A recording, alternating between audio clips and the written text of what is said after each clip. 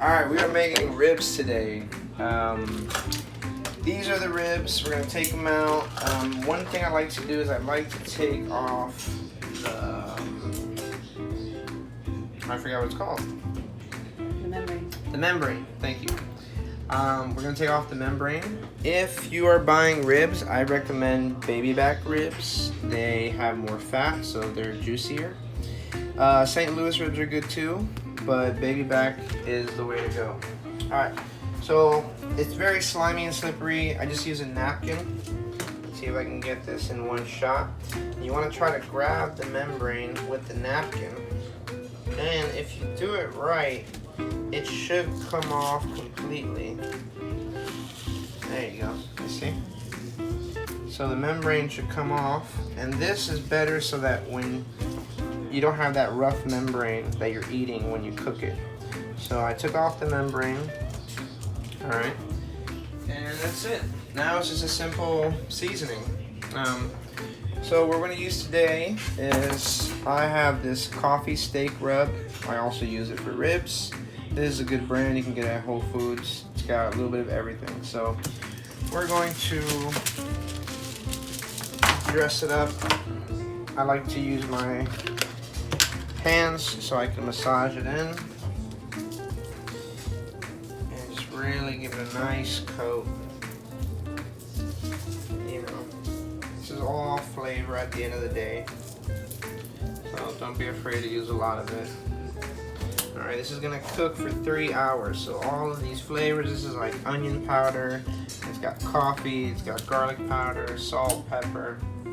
This is all gonna just go right into the meat. I also like to turn it, get the edges, get it all the way around.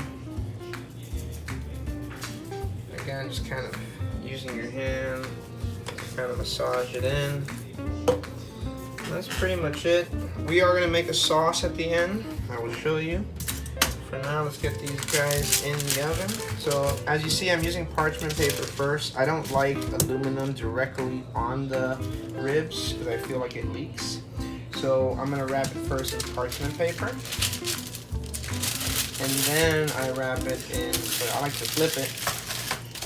And then I wrap it in the aluminum. A little bit's poking out, but that's okay. Good enough. You want to make it nice and airtight. Okay. And then that's going to go onto our wire rack. It just kind of keeps it elevated. If you don't have a wire rack, that's okay. And in the oven it goes. 275 for 3 hours. Okay, we're going to make the sauce. We're going to start with a base of ketchup. I like this brand, Primal Ketchup, because it doesn't have cane sugar. It doesn't have any extra processed sugar. It actually uses balsamic vinegar as its sweetener. So, yeah, we're going to add ketchup. I got some here. I kind of missed there, but we're looking for about 3 tablespoons. Alright, now we're going to do about 4 of maple syrup. So a little bit more maple syrup than ketchup. And then I'm going to do 1 of honey. I like the combination of maple and honey as our sweetener. Alright. Now we're going to add a lemon. We'll do half a lemon for now. Anytime you're trying to squeeze a lemon, cup your hands like this so you can grab the seeds. And the seeds don't fall in there. Now we're going to mix it. We're going to put a little bit of salt, because salt enhances the flavor just a little bit. We're going to put a little bit of pepper. Actually, I like to put a lot of pepper. That's good. Also, we're going to add a little bit of spicy. Today I'm going to use Cholula hot sauce, just a dash. Okay, again, these things you're going to taste as you go. So depending on how it tastes, you adjust. If it's too spicy, you add more maple. If it's too ketchupy, you know, you'll figure it out. And then we're gonna finish it off with a little bit of water. All right, now we're gonna bring it to a simmer, so about medium high. And we're just gonna keep stirring it until all the water evaporates and becomes a thick sauce. And this is what we're gonna use for our barbecue sauce for the ribs. All right, it's been 3 hours. We are taking the ribs out. Let's take a look at these puppies. Alright, looks good. I'm gonna flip it over. It's a bit hot. Don't burn yourself, Mike. Opa, epale. Alright, that's what we're looking for. Now we're gonna broil it. Okay, so first things first, I'm gonna transfer the ribs to, ooh, look at that, just fell apart right there. Alright, there we go. Transfer the ribs, throw the rest away. Okay, clean that up a little bit. Nice little thin layer of barbecue sauce. I like to use the back of the spoon. Not much, there's not that much meat here. The other side has more meat, so we're gonna put more on that side, but we're gonna brown it really quick. So we're gonna move our rack to the top location. So here we go, we're gonna put it in the oven. So as you see, I turned the broiler on. You can see the broiler's on. I moved my rack to the top rack.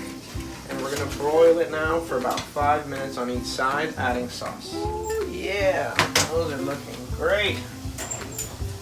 All right, we got one side done. We're going to flip it over and not burn ourselves. Ah. Oh, a little bit messy, but the meat is so tender that it's falling apart.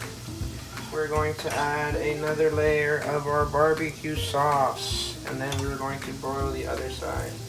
Just using the back of the spoon here, you're painting, getting everything nice and barbecued up. And this is going to go right back in the oven for another 4 to 5 minutes on our top broiler.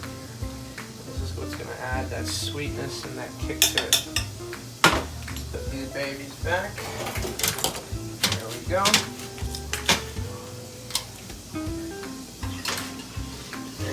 4 minutes time. All right, here it is. We are done. 3-hour ribs, baby back ribs. We broiled them. We put our sauce. As you can see, they are super tender. Look at that. Look how the meat just falls right off. Let's give that a taste. So good. And we have a little bit of extra sauce left over. You can use that, dip it in. Doesn't get prettier than that.